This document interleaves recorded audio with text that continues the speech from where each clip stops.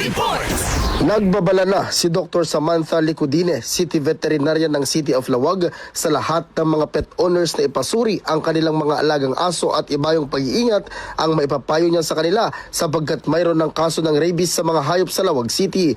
Ayon sa doktora ay may isang magsasakang lumapit sa kanya at ipinasuri ang mga alagang kambing at dito ay nakita nila ang mga simptomas ng rabies sa mismong kambing. Sabi niya na ipinasuri nila ito sa laboratorio at nakumpirma nga na positibong rabies ang ikinamatay ng kambing. Confirmed na po.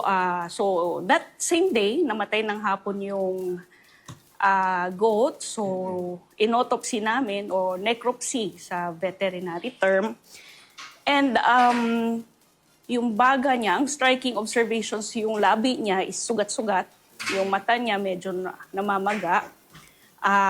Going down sa lamang loob, yung baga punong-puno ng dugo. Tapos yung isang segment ng kanyang large intestine, maraming naka-embed na parasite na parang encysted parasite, nakabalot yung organism. Tapos nakapatong, naka-embed sa lamang loob niya.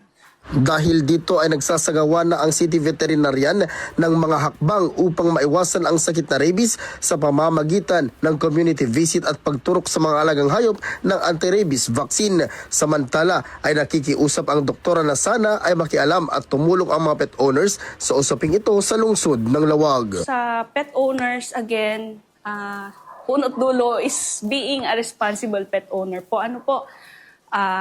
Pabakunahan natin, ibigay tamang pagkain, sapat na pagkain, tubigan, tamang pag-aalaga, hindi po tama na kinukulong natin sa araw, sa gabi papakawalan natin para dumumi sa community streets. Kasi kuminsan, hindi lang kuminsan, nagiging perwisyo po kasi ito sa bayan natin. Kasama mo mula dito sa IFM Lawag, Idol Lawrence Martinez, Tatak, RMN.